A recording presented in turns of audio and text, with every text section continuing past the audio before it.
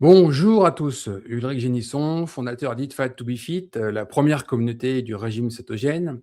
Aujourd'hui, je voudrais partager avec vous une vidéo très spéciale qui me tenait vraiment à cœur, que j'ai un petit peu organisée en secret, puisque même Nelly n'était pas au courant. Et d'ailleurs, je suis certain qu'elle aura un petit peu larme à l'œil quand elle va voir pour la première fois cette vidéo, parce que c'est sincère, c'est plein d'amour et je pense que c'était, le bon moment et indispensable, à faire. Alors, vous me connaissez tous comme, l'expert du régime cétogène, pionnier du régime cétogène en France depuis 2013.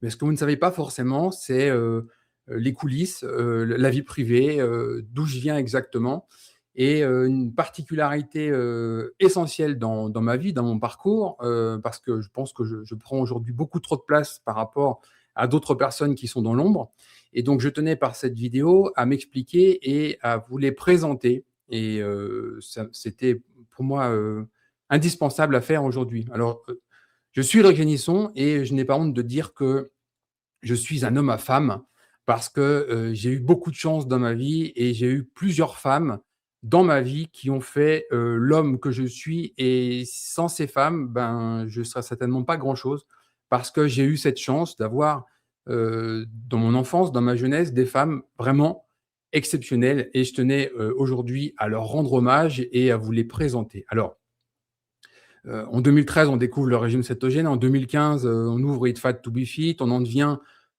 un peu par hasard, par le travail surtout, beaucoup de travail, des experts, des références et des pionniers en France, mais ça s'est pas fait tout seul. Il y a un long parcours, des années, des décennies avant, donc c'est ce dont je vais vous parler aujourd'hui. Alors je vais vous faire une petite, présentation.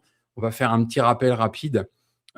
Ici, nous sommes dans la page 4 du grand livre de l'alimentation cétogène que nous avons écrit en 2016, qui a été publié en 2017 et alors les gens n'ont pas forcément, tenu pour important parce que c'est des choses qui intéressent pas forcément les gens quand on découvre son régime cétogène, mais pour nous, c'était important de l'indiquer.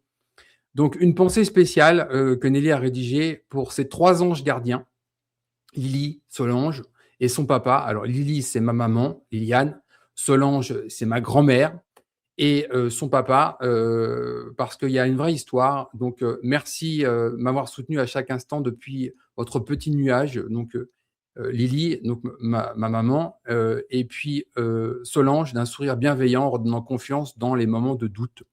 Et puis bien sûr son papa. Alors il faut savoir que Nelly s'est engagée pleinement, dans le régime cétogène heu en 2016, mi-2016 et au moment où la rédaction du grand livre de l'alimentation cétogène commence, son papa est victime d'un accident de la route et décède à 60 ans. Donc il a fallu, gérer ça et le grand livre de l'alimentation cétogène, en fait, c'est un an de travail pour Nelly et c'est un an de travail en même temps, de la peine, de la souffrance, et puis bien sûr tous les problèmes qui vont avec, un décès, brutal. Mais dans cet hommage, au départ, il y avait, cette bienveillance de la part de Liliane, ma mère et de ma grand-mère, Solange. Donc dès notre premier livre, nous rendons hommage à ces 2 femmes exceptionnelles et puis bien sûr le papa de Nelly qui a été bienveillant de là où il est. Ça, c'est notre deuxième ouvrage, Bonjour Keto, publié en 2022 et dans la page d'introduction, donc hommage à Solange pour nous avoir transmis sa bienveillance, sa joie de vivre et son goût des bonnes choses dans une cuisine simple. Alors je vais vous présenter ma grand-mère Solange, vous allez voir, c'est vraiment un personnage et tout ça pour dire en toute sincérité, honnêteté, je suis pas là pour vous vendre quoi que ce soit, c'est juste pour vous expliquer un petit peu les coulisses, d'où on vient, qui nous sommes. Ma grand-mère, c'était vraiment quelqu'un d'exceptionnel parce qu'elle était capable d'aller faire un bal jusqu'à 3 heures du matin parce qu'elle adorait danser, elle adorait toute la chose sociale, elle adorait rencontrer des gens, elle était bienveillante sur tout le monde. Et puis le lendemain, elle venait avec moi sur une compétition de motocross et à 80 ans, elle discutait avec des jeunes de 18, 20 ans, férus de moto, un autre monde complètement différent. Et ma grand-mère, c'était ça, c'était sa capacité d'adaptation dans tous les mondes, dans toutes les situations, avec au centre vraiment une bienveillance et un partage. Donc on a dédié, Bonjour Keto, notre deuxième livre, à Solange et vous allez comprendre pourquoi, après. Alors, Ça, c'est des donc je viens d'un petit village du sud Seine-et-Marne qui s'appelle L'Archon, petit village de 700 habitants où ma famille habitait depuis 7 générations, donc comme beaucoup, des agriculteurs, hein. Sur, à l'époque, début 20e siècle, 600 habitants, il y avait 70 agriculteurs, donc mes arrière-grands-parents étaient agriculteurs, arrière-grands-parents, arrière-arrière-grands-parents agriculteurs. Et ce petit village est au centre de tout parce que donc dans ce village, là, vous voyez une photo, de la fin des années 30, milieu des années 30, et au centre, vous avez ma grand-mère, Solange, et donc sur la droite, une femme bien bâtie, comme on va dire, mon arrière-grand-mère, Palmyre, donc la mère de ma grand-mère, Solange. Et il faut remonter toute l'histoire d'Eat Fat to Be Fit, du régime cétogène de la cuisine, à ces femmes parce que Palmyre, donc mon arrière-grand-mère, la mère de ma grand-mère, était déjà cuisinière pour un châtelain qui était juste à côté. Donc, elle était agricultrice, femme d'agricultrice, famille d'agricultrice. Et forcément, il fallait déjà tout faire à l'époque. Et elle était cuisinière dans un petit château, pas quelque chose de très prétentieux, mais il y avait une famille qui avait un peu d'argent, il y avait un petit château. Et elle était spécialisée dans donc, tout un tas de plats, en particulier, on est en forêt de Fontainebleau, donc tout ce qui est produit de la chasse, les faisans, l'écaille désossée, et cetera, et cetera. C'était sa grande spécialité, travail de la viande, et elle était déjà une excellente cuisinière. À l'époque, on ne parlait pas de chef, hein, c'était autre chose, avec une bienveillance et un partage pour la cuisine. Donc au centre, vous avez ma grand-mère, Solange, on est avant la Deuxième Guerre mondiale, et elle est devant un des restaurants du village à l'époque, hein, chez Coca. Et c'est quelque chose de particulier parce qu'elle-même va participer à la formation du propriétaire du restaurant, donc Coca, à la cuisine, transmettre des connaissances. Elle va travailler dans cet établissement avant la Deuxième Guerre mondiale. Et c'est à partir de là que tout commence parce que mon arrière-grand-mère, Palmyre, donne des connaissances en cuisine, transmet des connaissances, des recettes à ma grand-mère Solange. D'ailleurs, ma grand-mère, qui était vraiment une très, très grande cuisinière et qui elle-même se disait vraiment misérable comparée à Palmyre. On est tous les élèves d'un grand maître qu'on respecte. Et le maître de ma grand-mère, c'était mon arrière-grand-mère. Palmyre, c'est de là d'où je viens. Alors, la photo a été prise devant le restaurant, donc hôtel du Grand Cerf chez Coca. Et ça, vous allez voir que c'est particulier dans mon histoire parce que ça, c'est un restaurant de village qui est à 150 mètres, 200 mètres de l'école primaire où je suis allé à l'école, donc de la maternelle au CM2. Dans ce restaurant, ma grand-mère a aussi terminé sa carrière. Et donc, parce il lui manquait quelques trimestres pour sa retraite, donc à l'âge de 65 ans encore, elle travaillait dans ce restaurant. Et moi, j'y ai passé ma vie. C'est-à-dire que concrètement, j'étais petit à l'école. J'étais le midi, donc c'était une petite école dans un petit village. Le midi, il n'y a pas de cantine forcément. Et bien le midi, je montais au restaurant chez Coca où j'allais dans la cuisine directement. On mettait 3 annuaires sur la chaise dans la cuisine où les plats étaient préparés et je mangeais pendant le coup de bourre entre la pause pour la pause du midi à l'école primaire. Je voyais ma grand-mère travailler. Jean-Pierre et Françoise Coquart me voyaient tous les jours. C'était un peu comme une seconde famille. J'allais, après le repas, me servir moi-même une petite glace et manger un bout de 4 quarts breton. Bon, alors c'est déjà une éducation par rapport à la bonne cuisine. Alors, j'ai été éduqué parce que ma grand-mère faisait beaucoup à manger, ma mère aussi. Tout était frais, du jardin, etc. Mais il y a aussi cette phase dans ce restaurant chez Coquart parce que j'ai pu voir bien sûr les coulisses du restaurant. J'ai mangé au restaurant en étant petit quasiment tous les jours comme si c'était une cantine et j'avais ma grand-mère qui y travaillait. Donc c'est quelque chose de très important pour moi dans mon éducation, le développement de mon palais, mon appétence pour la bonne nourriture, etc. Alors voilà quelqu'un d'extrêmement important pour moi. J'ai eu, j'ose le dire, hein, j'ai eu la chance d'avoir 2 mères. C'est-à-dire que ma grand-mère et ma mère étaient sur un pied d'égalité et c'est pas à se partager, hein. J'étais le seul petit-fils de ma grand-mère. Ma mère, j'ai été son fils unique. Donc j'ai eu beaucoup d'attention, beaucoup d'amour, beaucoup de partage. Et ma grand-mère Solange, ça a été vraiment un pilier pour moi pour plein de raisons. Déjà, elle avait, alors bien sûr, la nourriture, c'est au centre. Quand on a eu la chance d'être enfant, avoir tout un tas de plats avec une grande diversité, mais surtout beaucoup d'amour, beaucoup de spontanéité. Vous savez, vous allez voir votre grand-mère le soir. En plus, on habitait à côté, donc je voyais ma grand-mère tous les jours. À 4 heures, vous rentrez, ou 4h30, et puis vous dites, tiens, je mangerais bien des crêpes, et une demi-heure après, vous avez vos crêpes, ou vos beignets, ou vos œufs en neige. Ma grand-mère avait une recette d'œufs en neige absolument extraordinaire, et des centaines d'autres recettes que d'ailleurs j'ai collectées sur un cahier pendant des années. Toutes ces recettes phares, j'ai pu les conserver pour justement pouvoir les transmettre, et pas que ce soit juste une tradition orale qui soit perdue. Donc, elle avait une compétence en cuisine extraordinaire, donc tirée de sa propre mère, Palmyre. Ensuite, ma grand-mère a été au service de plusieurs grandes fortunes en France, en particulier les Duménil, qui habitaient Duménil, qui a été ministre de l'Air, plusieurs gouvernements, maire, avocat, oscillant entre mon village d'où je suis né à Larchant et Paris, et Fontainebleau, etc. Et donc, elle travaillait au service de ces gens. C'était une époque où on avait des domestiques, et elle a pu côtoyer beaucoup de gens, faire de la belle cuisine, avoir tout ce qu'il fallait pour cuisiner et être au service d'autres personnes, aussi comme les Carnot. Bon, c'est des grandes familles françaises pour lesquelles elle a été au service. Et donc, elle a développé une finesse dans la présentation des plats, une grande compétence, mais surtout, toujours vraiment au centre, le goût du partage, l'amour du partage de la nourriture.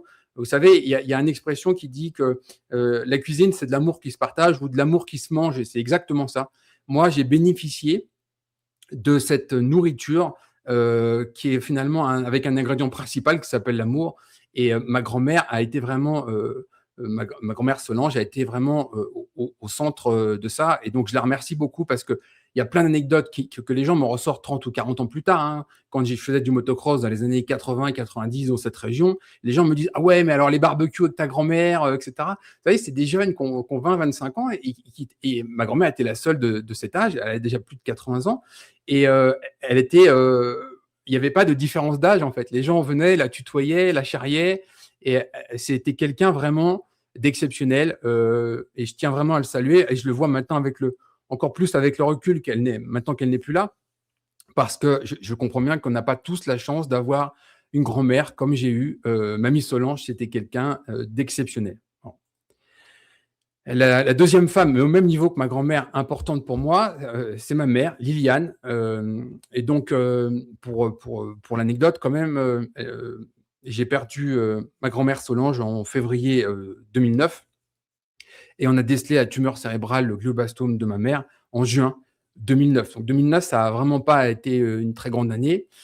Donc, en plus, ma grand-mère, pour l'anecdote, a eu, je ne sais pas pourquoi, en clin d'œil, l'idée de partir le jour de mon anniversaire. Et le jour de mon anniversaire, c'est le jour des crêpes. Et les crêpes, c'est quelque chose de particulier, surtout pour elle, parce que ma grand-mère, par exemple, j'allais à l'étude à l'école primaire à Larchant, et il y avait l'étude donc de 4 heures à 5 heures. Il y avait une pause goûter. Ma grand-mère me faisait des crêpes pour 4 heures, venait me les apporter à l'école. J'étais presque un petit prince, j'en ai bien conscience. Et puis, il y avait une dizaine de crêpes. Et là, il y a mon instituteur de l'époque qui prenait sa taxe, c'est-à-dire qu'il prenait une crêpe dessus parce qu'elles étaient excellentes, les crêpes de Solange. Et j'ai fait beaucoup de jaloux avec ça. Mais c'est des anecdotes qui forment un homme pour une vie. C'est-à-dire, quand on a eu la chance d'avoir ça étant jeune, on a les pieds sur terre, et on est juste heureux. Et donc, je remercie sincèrement ma grand-mère d'avoir fait tout ça, parce que ça a fait l'homme que je suis aujourd'hui. Et j'ai vraiment beaucoup de joie en lui rendant hommage par cette petite vidéo, parce que sans elle, je serais rien du tout. Donc ma mère était très différente. Elle n'avait pas une appétence particulière pour la cuisine. Elle cuisinait bien sûr, mais c'était pas un vrai plaisir comme pour ma grand-mère. Par contre, c'était une femme qui était vraiment très, très, déjà extrêmement travailleuse, et c'était une femme de la terre. Elle jardinait beaucoup. Elle avait un jardin immense. Elle passait ses journées dans son jardin. Et j'ai eu la joie, par exemple, de simplement cueillir une vraie tomate cœur de bœuf. Alors, je ne parle pas de la fraude cœur de bœuf, je parle de la vraie. Si vous voulez les vraies graines de cœur de bœuf, vous allez sur l'association Cocopelli pour les récupérer, pas les copies du supermarché. Quand vous avez une tomate cœur de bœuf cueillie fin juillet, qui a vu le soleil pendant toute sa croissance, vous avez quelque chose d'exceptionnel. Eh bien, ma mère, c'est ça, c'est l'élevage. Elle s'occupait du poulailler, des animaux, du jardin. C'est beaucoup de travail, mais c'est l'amour de la terre qu'elle m'a transmis, et son respect. Elle vient d'une famille d'agriculteurs. Mon grand-père maternel avait été éleveur de vaches laitières. Et c'est l'amour de la terre qu'elle m'a transmis.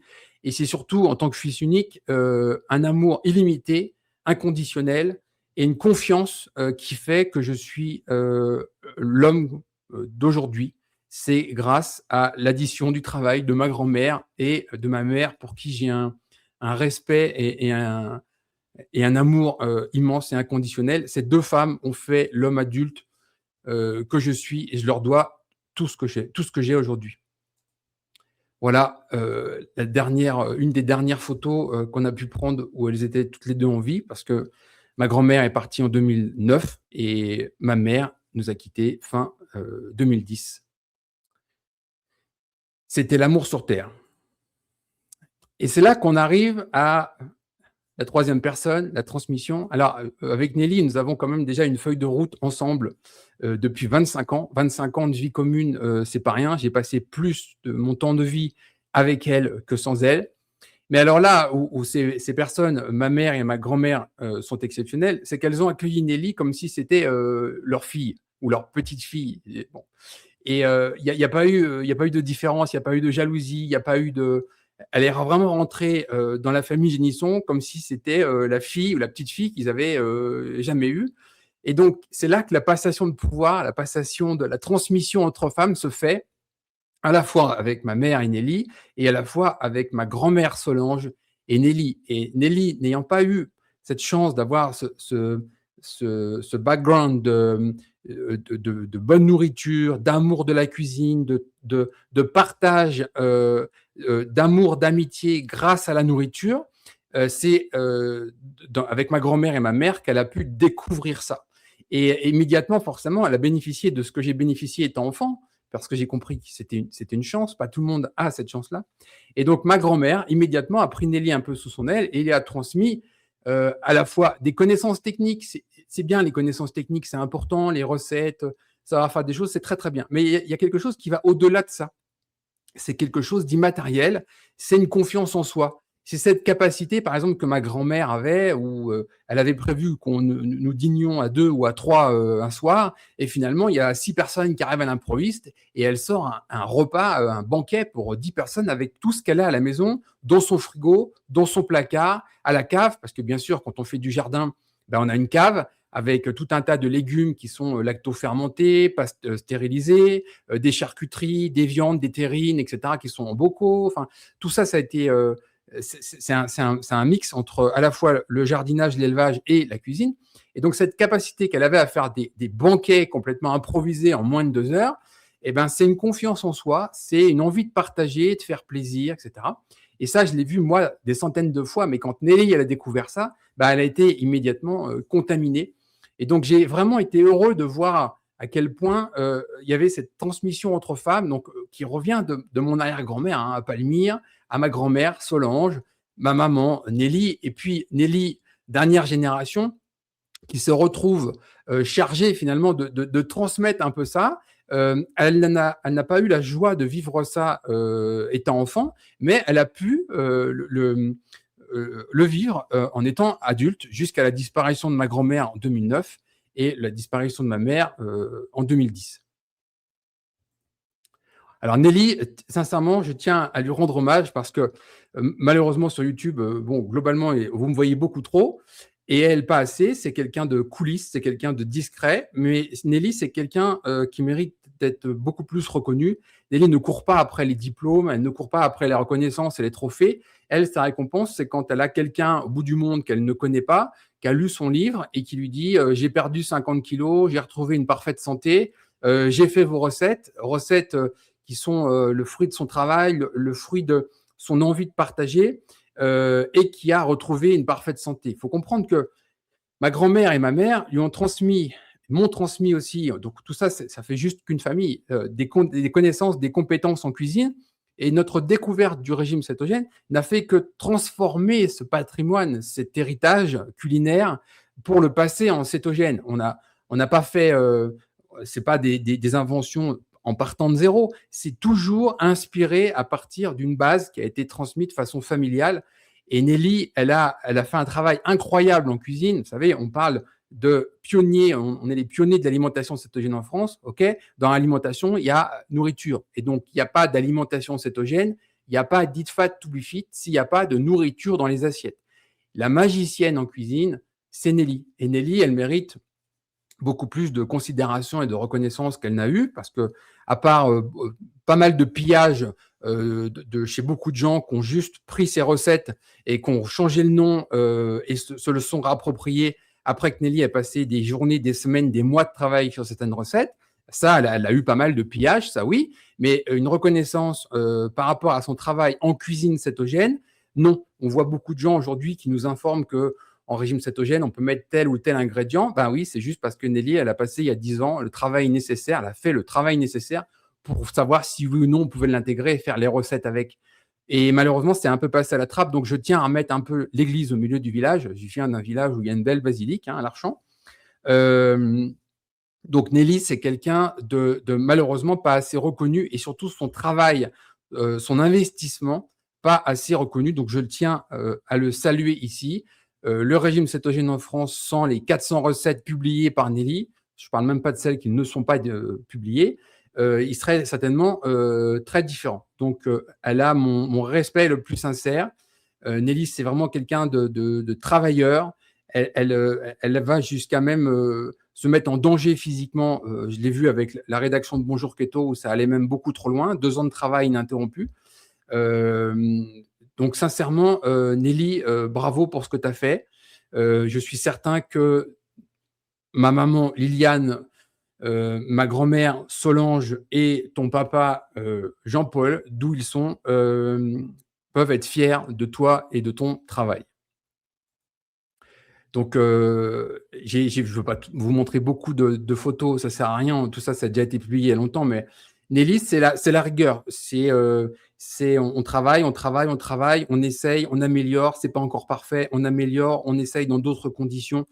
C'est sans limite, en fait, pour qu'à la fin, vous puissiez avoir des recettes irréprochables, au gramme près, que dans toutes les conditions, si vous avez un tel four ou telle altitude, etc., ça fonctionne. Et donc, c'est pour ça que je tiens à saluer son travail. Ce n'est pas juste en claquant des doigts, tiens, j'ai griffonné une recette en 2 minutes sur une feuille de papier. Non, c'est des jours, des semaines, des mois de travail pour mettre à votre disposition notre héritage familial culinaire, passé en cétogène grâce au travail de Nelly, plus toutes les créations de Nelly, parce que Nelly, elle s'est aussi donné comme mission de rendre le régime cétogène simple, accessible pour tout le monde et surtout gourmand. C'est-à-dire que, si j'en reviens à ce que je disais au départ, le régime cétogène, si c'est mauvais, si c'est pas appétissant, si vous le faites sous la contrainte, vous allez abandonner. Alors que si vous vous faites plaisir en mangeant, si vous êtes capable de vous-même partager, je le redis, la nourriture, c'est de l'amour qui se partage. Eh bien, quand vous faites, par exemple, une après-midi de cuisine, vous faites un gâteau cétogène et que vous êtes heureux d'aller partager pour l'anniversaire du petit cousin, eh bien, vous avez fait simplement, vous avez créé de l'amour comestible. Et ça a été tout le cœur du travail de Nelly, c'est de rendre cette nourriture avec laquelle on a un vrai plaisir pour partager, en le passant en cétogène. C'est vraiment sa grande réussite. Alors, bien sûr, rien n'arrive par hasard. Nelly, elle s'est perfectionnée. Hein, c'est encore et toujours beaucoup de travail. Elle a pris beaucoup de formations, de cours chez des grands chefs, dans des écoles culinaires, d'ailleurs qui font de la cuisine conventionnelle, riche en glucides, mais pour apprendre, pour développer encore ses compétences et pouvoir devenir suffisamment consistante, avec beaucoup de connaissances pour pouvoir passer toutes ces recettes le mieux possible en régime cétogène. Alors, elle a eu la chance de rencontrer beaucoup de chefs. Là, on a Olivier Rollinger, un de ses chefs français préférés. Ça m'a fait beaucoup rire quand j'ai été invité à l'Académie de médecine de Paris, parce que Olivier Rollinger était le parrain de la série de conférences. Et donc, faire cette connexion avec Olivier Rollinger qu'on avait rencontré avant, plus cette conférence où il intervenait pour l'Académie de médecine, je trouvais que ça faisait beaucoup de sens. C'est un homme extraordinaire, une histoire de vie difficile, un véritable entrepreneur français, un vrai gourmet, un vrai défenseur des valeurs agricoles françaises et bretonnes, et qui sait mettre en en valeur la qualité des ingrédients avant de vouloir appliquer beaucoup de technicité, revenir à l'essentiel, de bons ingrédients, respectés et mis en valeur. Et Nelly, elle a vraiment les mêmes valeurs que Olivier Rollinger. Donc, c'est toujours un grand plaisir de le rencontrer ou d'aller manger chez lui. Là, on a un des papes de la pâtisserie française, Philippe Conticini. Alors, on rappelle que Philippe, c'était vraiment alors c'est un vrai pionnier sur la grande pâtisserie française. Il a élevé le niveau à un niveau incroyable. Et donc, revenir se former à ses côtés avec, bien sûr, des pâtisseries qui ne sont pas cétogènes, c'est réapprendre, c'est apprendre des codes, apprendre des associations, à comment avoir une transmission de connaissances d'un maître en pâtisserie française. Alors, forcément, beaucoup de respect pour lui. Nelly, donc, c'est à passer du temps à faire quelques stages avec Monsieur Conticini. Il y en a eu beaucoup d'autres, hein, j'en passe que quelques-uns, mais c'est vraiment cette idée de perfectionner des connaissances, perfectionner des compétences pour pouvoir vous mettre la quintessence dans le régime cétogène, dans des desserts cétogènes, pour le cas de la pâtisserie, tout en limitant les glucides et en faisant autrement. Alors, Nelly, c'est le travail, le travail, le travail, le travail. Ici, je vais vous raconter l'anecdote de cette photo. Nelly, elle a créé un dernier pain donc dans Bonjour Keto, notre deuxième livre, qui s'appelle Le pain fait maison. Fait, F-E, pour un jeu de mots, pour baptiser cette recette. À la fin, il faut bien leur trouver des noms. Bon, cette recette de pain, c'est 200 essais-erreurs référencés, 200 lignes dans un tableau Excel, minimum 200 photos pour voir comment on peut faire évoluer cette recette. C'est Nelly qui est à l'origine de tout ça. C'est des semaines et des semaines et des semaines de travail, d'essais, erreurs pour avoir la meilleure version que vous pouvez faire chez vous. Parce que c'est bien beau de sortir un truc en théorie qu'on peut faire que dans un laboratoire avec des ingrédients que vous n'avez pas. Là, ce n'était pas le but. Le but de ce pain, c'était qu'il soit réalisable partout, par tout le monde. Et cette photo a été prise au Nebraska parce que nous sommes partis en voiture avec le coffre blindé d'ingrédients et blindé de notre four pour pouvoir le refaire dans cette ville du Nebraska qui est à 300 mètres d'altitude. Pourquoi 300 mètres d'altitude? Parce que c'est l'altitude moyenne française et que les gens, ils ne savent pas forcément, mais quand on change d'altitude, c'est-à-dire par exemple le niveau de la mer à 0 versus dans les Alpes à 1500 mètres d'altitude ou comme chez nous à Boulder à 1500 mètres d'altitude, les temps de cuisson, les réactions vont être différentes. Et donc, pour s'assurer que tous les temps de cuisson étaient calés par rapport à l'altitude moyenne française, nous sommes partis plusieurs jours au Nebraska pour retester tous les temps de cuisson. Et d'ailleurs, c'est moi qui avais été mis à contribution parce que Nelly m'a dit, tu vas lire les recettes comme si tu étais mon lecteur pour voir si j'ai pas oublié quelque chose, oublié un ingrédient ou quelque chose qui n'est pas clair. Donc, je me suis mis au travail et j'ai suivi ces recettes comme si j'étais le lecteur de Bonjour Keto pour pouvoir vérifier que tout ce qui était écrit était juste, complet, etc. Donc, on a eu Nelly a eu le professionnalisme de vouloir aller retester toutes ces recettes, les cuissons, la réalisation au Nebraska, juste pour vérifier qu'à 300 mètres d'altitude, ça fonctionnait de la même manière que chez nous au Colorado. C'est ça le professionnalisme et la précision de Nelly. Alors Nelly, c'est aussi des photos. Nelly, elle n'a pas eu de formation professionnelle en photographie, donc elle a tout appris. Elle a fait des stages de formation pour maîtriser la photographie, en particulier la photographie culinaire. Et toutes les photos qu'elle a faites, donc en particulier les 500 photos de Bonjour Keto, sont toutes de vraies photos faites avec de vraies recettes. Je rappelle que rien n'a jamais été jeté chez nous. Tout ce qui est en photo correspond à 100% à la recette et a été consommé. On n'a jamais rien jeté. Et toutes ces photos ont été faites en lumière naturelle, qui complexifie encore tout, parce que quand on a un studio de photos, on a des réglages de lumière artificielle qui permettent de faire ta photo n'importe quelle heure du jour, de la nuit, etc. Là, non, il faut respecter le soleil. Donc, Nelly pouvait faire que 2 à 3 séances photos par jour, donc 2 à 3 recettes. Donc, il faut faire les recettes, il faut les présenter, il faut faire les photos dans un espace relativement court pendant que le soleil est présent. Toutes ces photos sont en photo naturelle, à lumière naturelle, ce qui donne un cachet particulier de ces photos parce que c'est ce que nous disent beaucoup de nos lecteurs.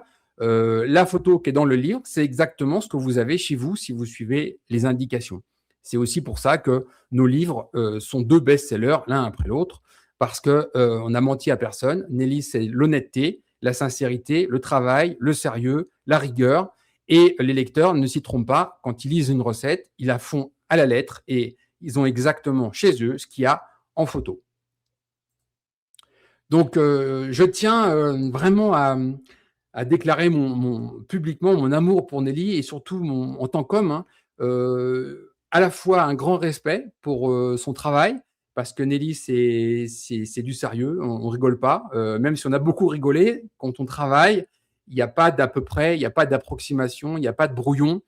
Je tiens vraiment à la féliciter.